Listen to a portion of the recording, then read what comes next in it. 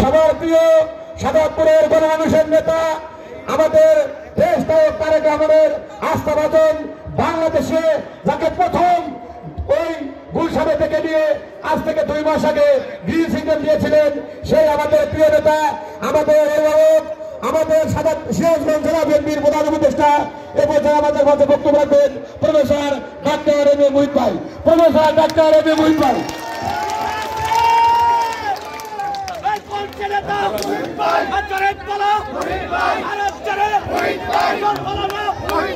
নেতা আছে এক বংশ নেতা জয় বলো মুখে বলো ওই নেতা কে আছে রে? আছে এক বংশ নেতা মুহিত ভাই দুঃসময়ের মুহিত ভাই আমরা ভুলি নাই আমরা তোমায় ভুলি নাই দুঃসময়ের মুহিত ভাই রাজপথের মুহিত ভাই আমরা ভুলি নাই আমরা তোমায় ভুলি নাই দুঃসময়ের মুহিত ভাই রাজপথের মুহিত ভাই আমরা তোমায় ভুলি নাই দুঃসময়ের মুহিত ভাই আমরা তোমায় ভুলি নাই। বিসমিল্লাহির রহমানির রহিম। প্রিয় কুকনি এনায়তপুরবাসী, ভালো আছেন আপনারা? আজকে শ্রমিক দল এবং মৎস্যজীবী দলের আয়োজনে এই নির্বাচনী জনসভায় কুকনি এবং এনায়তপুরের মানুষ আপনারা যে উৎসাহ উদ্দীপনা নিয়ে আজ এখানে সবাই সমবেত হয়েছেন, আমাদের এখানে মা বোনরা এসেছেন, এখানে মুরব্বীরা আছেন, তরুণ যুব সমাজকে আমি দেখতে পাচ্ছি, এই এলাকার সর্বস্তরের মানুষ আজকে স্বতঃস্ফূর্তভাবে এই জনসমাবেশে বিএনপি এবং ধানের শীষের প্রতি যে সমর্থন দেখিয়েছেন তার জন্য প্রথমেই আমি আপনাদেরকে জানাই ধন্যবাদ। আজকের এই সমাবেশ আগামী দিনের এই এলাকার মানুষের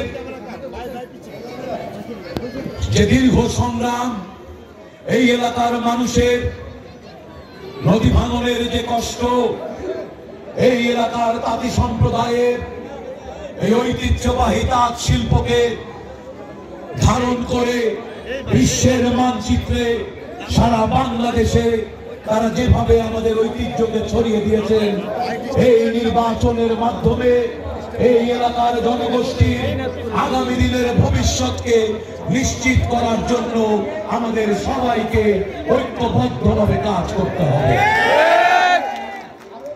সংগ্রামী ভাই ও বোনেরা, আমি রাজনীতিতে পরিবর্তন নিয়ে এসেছি। এই এনায়তপুরের তরুণ ছাত্ররা, এই এনায়তপুরের জনগণ 24 জুলাইয়ে যে পরিবর্তনের জন্য সংগ্রাম করেছিলেন, রক্ত দিয়েছিলেন, সারা বাংলাদেশের তরুণ সমাজ সেই আন্দোলনের মাধ্যমে আমাদেরকে জানিয়ে দিয়েছিল এই বাংলাদেশে পুরনো রাজনীতি, পুরনো রাজনীতির নামে দুর্নীতি, রাজনীতির নামে ধর্ম ব্যবসা, দেশের লুটপাট করা, দেশের সম্পদকে পাচার করা, আমরা না বলে দিয়েছি। আমরা পরিবর্তন চেয়েছি, আমরা পরিবর্তন চেয়েছি শুধু বাংলাদেশের রাজনীতিতে নয়, আমরা পরিবর্তন চাই প্রতিটি ঘরে, প্রতিটি সমাজে, প্রতিটি বিশ্ববিদ্যালয়ে, প্রতিটি কারখানায় গণমানুষের জীবনের মান উন্নয়ন করে আমরা পরিবর্তন চাই। আমরা দেখতে চাই আমাদের মা বোনেরা যারা কষ্ট করে আমাদের সংসারকে আগলে রাখেন, যারা আমাদের সন্তান এবং মানুষ করেন, যারা আগামী দিনের নাগরিকদের তৈরি করেন, সেই মা বোনরা যেন সম্মানিত হন, তাদের যেন ক্ষমতায়ন হয়, তাদের যেন সক্ষমতা হয় তার সন্তানের জন্য ভালো মন্দ কিছু করা। প্রিয় মা বোনেরা, আমাদের দল বাংলাদেশ জাতীয়তাবাদী দল বিএনপি এবং আমাদের নেতা জনাব তারেক রহমান আপনাদের জন্য নানান রকম পরিকল্পনা করেছে। ধন্যবাদ। আপনাদের যে আন্তরিকতা, যে আন্তরিক ভালোবাসা, যে সুন্দর করে আমাকে ফুল দিয়ে আপনারা বরণ করছেন, আমি অভিভূত। এনায়েতপুরবাসীর প্রতি আমি কৃতজ্ঞ, হুগলিবাসীর প্রতি আমি কৃতজ্ঞ। যে কথা বলছিলাম মা বোনদের জন্য, আপনাদের জন্য জনাব তারেক রহমান পরিকল্পনা করেছেন বাংলাদেশের প্রতিটি পরিবারে মা বোনরা একটি করে ফ্যামিলি কার্ড পাবেন। এই কার্ডটি হবে পুরুষদের নামে নয়, পরিবারের যিনি কর্ত্রী মা কিংবা বোন আপনাদের নামে হবে এই কার্ড। বিএনপি আপনাদের জন্য সত্যিকারের সহায়তা আনতে চায়। বিএনপি আপনাদের জীবনে সত্যিকারের পরিবর্তন চায়। যখন বন্যা হয়, যখন আমাদের ঘর বাড়ি চলে যায়, যখন খাদ্য দ্রব্যমূল্যের দাম বাড়ে, যখন সরকার ব্যর্থ হয় নিয়ন্ত্রণ করতে চাল ডাল নুন তেলের দাম, সেই দুঃসময়ে সরকার আপনাদের হাতে সরাসরি এই ফ্যামিলি কার্ডের মাধ্যমে সহায়তা তুলে দেবে। আমরা এই রাজনীতি করতে এসেছি। অতীতের যে রাজনীতি, শুধুমাত্র জনসমাবেশ, শুধুমাত্র অন্য দলকে অভিযুক্ত করা, সেখান থেকে আমরা অতীতের কথা কম বলতে চাই। আমরা স্বপ্নের কথা বলতে চাই, আমরা ভবিষ্যতের কথা বলতে চাই, আমরা এই তরুণদের ভবিষ্যৎ নির্মাণ করতে চাই। তারেক রহমান সাহেবের ৩১ দফায় আমরা দেখেছি যে তরুণরা বিদ্রোহ করেছিল, যে তরুণরা আন্দোলন করেছিল, যে তরুণরা রক্ত দিয়েছিল, 18 থেকে 35 যাদের বয়স, এই তরুণরা ফ্যাসিস্ট শাসনের আমলে বড় হয়েছে। প্রতিদিন তারা নিগৃহীত হয়েছে, মুজিববাদের কারণে নির্যাতিত হয়েছে। এই তরুণরা আজকে সাবালক হয়েছে, বড় হয়েছে, কিন্তু অর্ধেক তরুণ সমাজের কোন কর্মসংস্থানের ব্যবস্থা নাই। জনাব তারেক রহমান এদেশের তরুণদের জন্য কর্মসংস্থানের পরিকল্পনা করেছেন। আগামী নির্বাচনের পর আপনাদের ভোট পেয়ে বিএনপি যখন ক্ষমতায় আসবে, ইনশাআল্লাহ মাত্র 18 মাসের মধ্যে আমরা তরুণদের জন্য 1 কোটি নতুন কর্মসংস্থান তৈরি করব। আপনাদের এই এলাকায় মা বোনেরাও জানেন, মুরব্বীরাও জানেন, আমাদের সামাজিক মূল্যবোধ ভেঙে গেছে। সমাজের রন্ধ্রে রন্ধ্রে একদিকে যেমন দুর্নীতি ঢুকে গেছে, অন্যদিকে আমাদের তরুণদের মধ্যে মাদকাসক্তির হার বেড়ে গেছে। এই মাদকের করাল গ্রাস থেকে এই দেশকে রক্ষা করতে হবে, আপনাদের সন্তানদের রক্ষা করতে হবে। এই বাংলাদেশে যারা মাদকের কারবারি করে তাদেরকে আমরা দেখেছি বিগত আওয়ামী দুঃশাসনে বাংলাদেশের সবচেয়ে বড় মাদক সম্রাট ওই কক্সবাজারের বদিকে বানিয়েছিল। সেই বদিকে যখন আমরা বলেছি সে মাদক সম্রাট, বেহায়া হাসিনা তখন বদির বউকে আবার এমপি বানিয়েছে। এই বদিরা এই হাসিনার আশ্রয়ে প্রশ্রয়ে গড়ে ওঠা বদির বংশ সারা বাংলাদেশে আমাদের মতো সাধারণ মানুষের সন্তানদেরকে বিপদগামী করছে। আমি আপনাদের আশ্বাস দিতে পারি, বিএনপি যদি ক্ষমতায় আসে, মাদকের বিরুদ্ধে আমরা জিহাদ ঘোষণা করব। মাদক ব্যবসায়ীকে কোথাও প্রশ্রয় দেওয়া হবে না। মাদক ব্যবসায়ীদের স্থান জেলখানায়, কোন মঞ্চে না, তারা জেলখানায় থাকবে। প্রিয় এলাকাবাসীদের বেশ কিছু কথা বললাম, আমাদের ভবিষ্যৎ পরিকল্পনার কথা বললাম। ওই যে দূরে যারা আপনারা ভাইরা দাঁড়িয়ে আছেন, আমার কথা ঠিক আছে। আমি পরিবর্তনের প্রথম ধাপটা হচ্ছে আমার নিজের মধ্যে পরিবর্তন, আমার দলের মধ্যে পরিবর্তন, তারপর আপনার জনগণের মধ্যে পরিবর্তন হলে এই দেশে সত্যিকারের পরিবর্তন আসে। আমি সেই পরিবর্তনের সূচনা করতে চাই। আপনারা দেখে রাখুন আপনাদের চোখের সামনে সেই পরিবর্তন। আপনারা রাজনীতি দেখেছেন বহু বছর, বহু জনসমাবেশ হয়েছে। মা বোনরা আগেও গেছেন না জনসমাবেশে? বড় বড় মঞ্চ থাকে, আপনারা ওইখানে থাকেন। আপনারা থাকেন মাটিতে, আমরা থাকি আকাশে। আপনারা থাকেন ওইখানে, আমরা আপনাদের কাছে আসতে পারি না। মধ্যে থাকে বড় টেবিল, উঁচু বাধা। আমি আপনাদের মাঝে আসতে চাই, আমি আপনাদের মাঝে কথা বলতে চাই, আপনাদের ভিতরে মিলেমিশে, আপনাদের কাছে থেকে আপনাদের পরিবর্তন, বাংলাদেশের পরিবর্তন আপনাদেরকে নিয়ে আপনাদের সাথে একসাথে আমরা করব। সমাজে পরিবর্তন আনবো, মানুষের মধ্যে পরিবর্তন আসবো, নিজে পরিবর্তিত হব। আপনারা কি বদলাতে রাজি আছেন? সবাইকে আমরা বদলে যাব, বাংলাদেশকে বদলে দেব ইনশাআল্লাহ। মা বোনরা আপনাদের কাছে চলে আসছি। আমি আপনাদেরই সন্তান, আপনাদের ভাই। ওই বোন আমাকে ডাকে, শুনি। এইখানে আপনারা সবাই আছেন।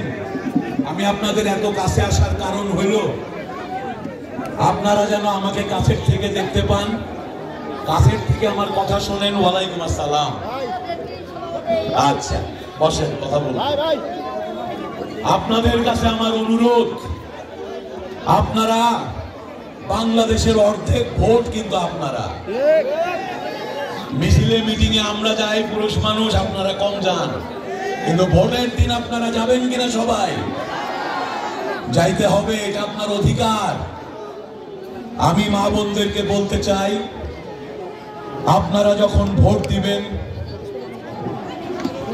আপনারা নিজের কথা ভাববেন না, আমাদের কথাও ভাববেন না। ভোট দেওয়ার সময় ভাববেন আপনার সন্তানের কথা। আপনি এমন ব্যক্তিকে ভোট দিবেন যার কাছে আপনার সন্তানের ভবিষ্যৎ নিরাপদ। আপনি এমন ব্যক্তিকে ভোট দিবেন যিনি শিক্ষিত, দক্ষ, যোগ্য। আপনি যদি ভালো মানুষকে ভোট দেন, আপনার এলাকায় ভালো কাজ হবে, আপনার সন্তান ভালো এমপি দেখে বড় হবে। আর আপনি যদি একজন মাদক ব্যবসায়ীকে ভোট দেন, আপনার সন্তানের হাতে মাদক পৌঁছে যাবে, আজ হোক কাল হোক। আরেকটি কারণে মা বোনরা বলছি, আপনাদের ভূমিকা খুব গুরুত্বপূর্ণ। আমরা মুসলমানের দেশ, আমরা অধিকাংশ মুসলমান, আমাদের বিশ্বাস ইসলাম ধর্মে। আমরা আমাদের ধর্ম চর্চা করি, মসজিদে যাই, নামাজ পড়ি, আমরা আমাদের ইমানের পরীক্ষা দেই, আমরা আল্লাহর কাছে জবাবদিহির জন্য থাকি, ঠিক কিনা? একই সাথে আমাদের প্রতিবেশী থাকবে হিন্দু সনাতন ধর্মী মা বোনেরা, তাদেরকে রক্ষার দায়িত্ব, ইসলামে বিশ্বাস করলে, মুসলমান হইলে এই দায়িত্ব আমাদের। হিন্দু মুসলিম মিলেমিশে এভাবেই আমরা থেকেছি, আমরা আমাদের ধর্মের চর্চা করেছি, আমরা আমাদের সমাজকে একসাথে রেখেছি, আমরা মসজিদে নামাজ পড়েছি। কিন্তু আজ দেখতে পাচ্ছি মসজিদে আমরা কি করতে যাই? নামাজ পড়তে যাই না। প্রত্যেক জায়গার তো একটা কাজ আছে। আজকে আমরা এখানে কেন আসছি? একটা রাজনৈতিক সভা করতে। যে মসজিদে আমি নামাজ পড়তে যাই, ওই মসজিদে কি আমি রাজনীতি করতে যাব? যারা আজকে মসজিদের ভেতরে রাজনীতি নিয়ে গেছে, রাজনৈতিক দল, তারা তাদের কর্মী সভা করছে, তারা সেখানে মুসল্লিদেরকে বিভ্রান্ত করছে। তাদেরকে আমি অনুরোধ করব, এই অন্যায় কাজ করবেন না। রাজনীতি করতে চান, মাঠে আসেন, রাজনীতি হবে, মসজিদে রাজনীতি চলবে না। মা বোনদের কাছে অনেকে আসছে কোরআনের তালিমের কথা বলে। মসজিদে ভালো, নামাজ ভালো, মসজিদে রাজনীতি ভালো না। তালিম ভালো, কোরআন ভালো, তালিমের নাম করে আমার ধর্মপ্রাণ আল্লাহ ভক্ত মা বোনদেরকে মন জয় করে মিথ্যা আশ্বাস দিয়ে, জান্নাতের টিকিট দিয়ে বিভ্রান্ত যারা করবেন,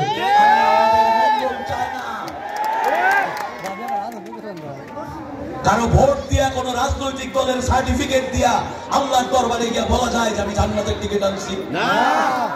এই মুনাফিকি কাজ যারা করে, অন্য মা বোনদেরকে সতর্ক করুন।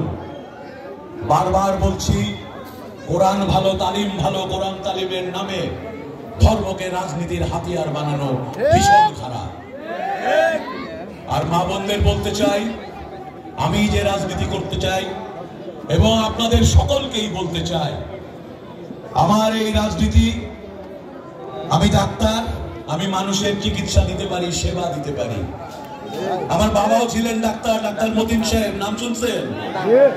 আপনাদের ভোট পেয়ে এমপি হয়েছে সর্বশেষ 2001 সালেও ধানের শীষ মার্কা নিয়ে। উনিও ছিলেন ডাক্তার, আমার আম্মাও ছিলেন ডাক্তার। এই কথাগুলো বলার উদ্দেশ্য, ডাক্তার চিকিৎসা যেমন মানব সেবা, আমি আজকে রাজনীতি করতে আসছি, রাজনীতি আমার কাছে সেই চিকিৎসার মতোই, সমাজের চিকিৎসা, সমাজের অধিকার এবং সমাজকে সেবা দেয়া। আমি সেই রাজনীতি করতে আসছি। শাহজাদপুরে একটা মা ও শিশু হাসপাতাল আছে, আপনারা গেছেন? কেউ? দূরে হয় আপনাদের দিক থেকে, শাহজাদপুরের লোক সবাই যায়। চক্ষু হাসপাতাল আছে। আজকে খুকনিতে একটা চক্ষু ক্যাম্প করছি। এই খুকনি এলাকার প্রায় 700-800 মারা গেছিল, মুরব্বীরা গেছিল, তাদের চোখের চিকিৎসা দিছি। 150 জন মুরব্বীরে পাইছি, মাদের পাইছি, চাচাদের পাইছি, যারা চোখে ছানি হয়ে, চোখে দেখেন অন্ধ হয়ে বসে আছে। সেই মানুষগুলাকে বিনামূল্যে চোখে ছানির অপারেশনের ব্যবস্থা করছি। এটাই আমার রাজনীতি। আমি আপনাদের জন্য কাজ করতে চাই। আপনাদের সত্যিকারের যে প্রতিদিনের সমস্যা, সেই সমস্যায় হাত বাড়াইতে চাই, আপনাদের পাশে থেকে আপনার সমস্যার সমাধান দিতে চাই। এই রাজনীতি চলবে? এই রাজনীতি চান? সমাজ সেবার রাজনীতি চান? মানুষের কাছে থাকার রাজনীতি চান? তাহলে ধানের শীষে ভোট দিতে হবে। আপনাদের এই ভাইকে বিপুল ভোট দিয়ে এই রাজনীতিকে আগায় নেওয়ার জন্য আপনাদের ভূমিকা। তাহলে আপনারা বলেন, এই ও আপনাদের যা বলাইতে চাই, আমিও আপনাদের তাই বলতে চাই। আরে মার্কাটাকে জোরসে বলেন, সিংহের মতো আরো জোরে সবাই বলো, মাঠের কোনা আওয়াজ কোথায়? মা বোনেরা আওয়াজ দেবে, সারা গাছে একই আওয়াজ, মার্কাটাকে ভেঙে চুরে একই মার্কা, কিচ্ছু মানি না, ধানের শীষ, আওয়াজ দেন ভাই আরো জোরে। আপনার বলেন না তো, ভক্তির আওয়াজ জোরে হবে, জোরে জোরে নিবাসী একই আওয়াজ, মহিত বাংলে খালেদা জিয়া, তারেক জিয়া, একই আওয়াজ। ধন্যবাদ। এই যে আমরা মুসলমান, হিন্দু, খুবই সর্বস্তরের মানুষ আকাশ বাতাস প্রকম্পিত করে যে ধানের শীষের স্লোগান দিলেন, সারা বাংলাদেশের মানুষ দেখছে লাইভ টিভিতে যে খুকনি থেকে ধানের শীষের যে জোয়ার উঠেছে, সারা বাংলাদেশে আমরা সেই জোয়ার চলে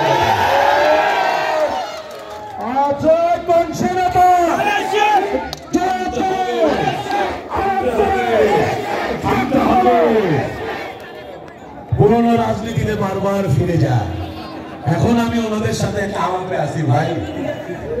আলাপের মধ্যে স্লোগান লাগলো আমি দিব, কথা কইতে হইলে আপনারা করবেন। এইভাবে আমরা আসলে চাই যে মানুষের মধ্যে এক সময় দেশে যখন আন্দোলন হয়েছে ভোটের জন্য, আমরা কিন্তু বিএনপি ভোটের অধিকার নাই, ভোট দিতে পারে না, তার জন্য আন্দোলন করছি। জামাত যারা ছিল তাদের পার্টি ছিল না, রেজিস্ট্রেশন ছিল না, আমরা তাদের ভোটের অধিকারের জন্য লড়াই করছি। আওয়ামী লীগের যে সাধারণ মানুষের দল, শ্রমিক দল, প্রত্যেককে আপনাকে ঝাঁপিয়ে পড়তে হবে। আমাদের সেই 17 বছরের আন্দোলনকে সফলতার চূড়ান্ত পর্যায়ে নিতে হলে এই নির্বাচনে সবাইকে আমরা কাজ করতে হবে। দলমত নির্বিশেষে সবার কাছে আমাদের চাইতে হবে, ধানের শীষের ভোটের জন্য সবাইকে এক কাতারে নিয়ে আসতে হবে। পারবেন আপনারা সেই কাজটা? আন্দোলন করেছেন, রক্ত দিয়েছেন, অনেক কঠিন কাজ করেছেন। নির্বাচনের যুদ্ধ সেই তুলনায় অনেক সহজ যুদ্ধ। রক্ত দিতে হবে না, কিন্তু মানুষের কাছে গিয়ে মানুষের মন জয় করতে হবে, মানুষের কথা শুনতে হবে, তাদেরকে আমাদের স্বপ্ন এবং সম্ভাবনার কথা বলতে হবে। আপনারা কি করবেন সেই কাজটা? ইনশাআল্লাহ। আমি আমার বক্তব্য আমি বক্তব্য খুব বেশি দীর্ঘায়িত করব না। আজান হবে, নামাজ হবে।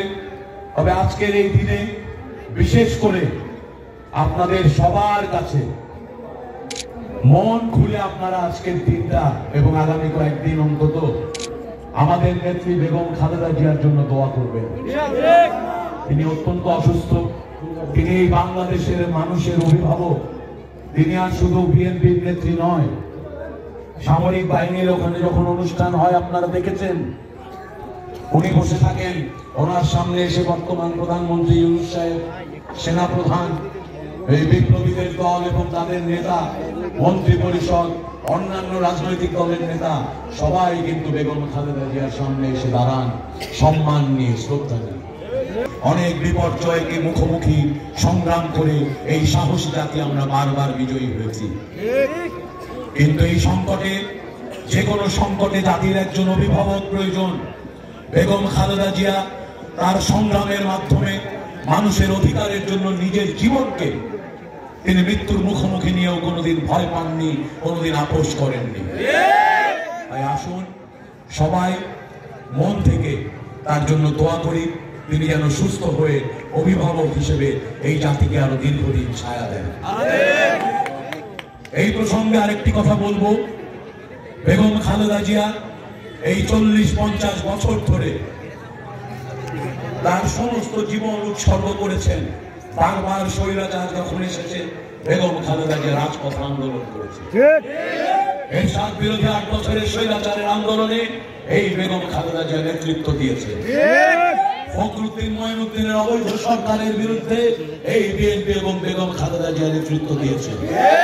শেখ হাসিনা সরকারের চোখ রাঙানিতে এই বিএনপি কর্মীরা খালেদা জিয়ার নেতৃত্বে সংগ্রাম করে গণতন্ত্র ফেরত আনছে। যে মানুষটা আমাদের জাতিকে এত কিছু দিলেন, আমরা সাধারণ মানুষ তাকে ভালোবাসি, শ্রদ্ধা করি, আমরা তাকে কি উপহার দিতে পারি? তিনি তো 3 বারের প্রধানমন্ত্রী, চাইলে সবই তার আছে, তাকে আমরা কি দেব? আমাদের কি কিছু আছে তাকে দেওয়ার মতো? কি আছে?